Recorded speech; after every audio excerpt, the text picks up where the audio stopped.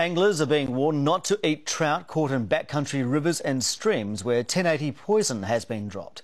Tests carried out by the Department of Conservation have found traces of poison in the fish, providing another hit to our clean green image. Hamish Clark reports. It's just 4 days until the trout fishing season opens, and news that the popular game fish has been found to contain traces of 1080 poison has come as a shock to these anglers.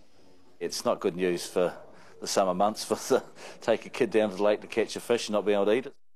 The Department of Conservation carried out independent scientific tests after concerns were raised by the New Zealand Federation of Freshwater Anglers. They were worried that poisoned mice are regularly consumed by trout and could become a food safety risk for humans.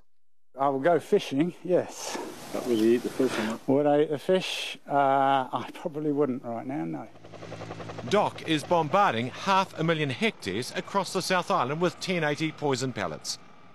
They include the beech forests in the Kahurangi National Park, Abel Tasman National Park, Arthur's Pass, Westland, Mount Aspiring and Fiordland National Park.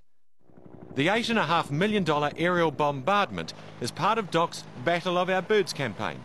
A heavy beech mast is expected to drop 1 million tonnes of seed this summer, triggering a plague of 30 million rats and mice and huge numbers of possums and stoats that will threaten endangered birds. DOC says more testing needs to be done on the fish. These are first tests, they haven't been peer reviewed, we haven't field tested these results. The risk is incredibly low.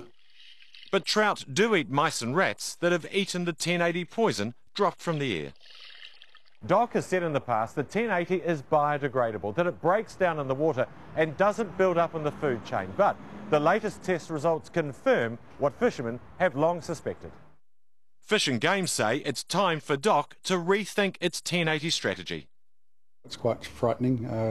We've obviously got to think about the consequences of that, and I think DOC has to think about the consequences of it for their poison program.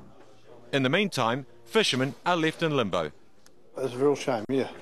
I don't know why they use 1080. They can catch and release, but can't dine and eat. Hamish Clark, 3 News.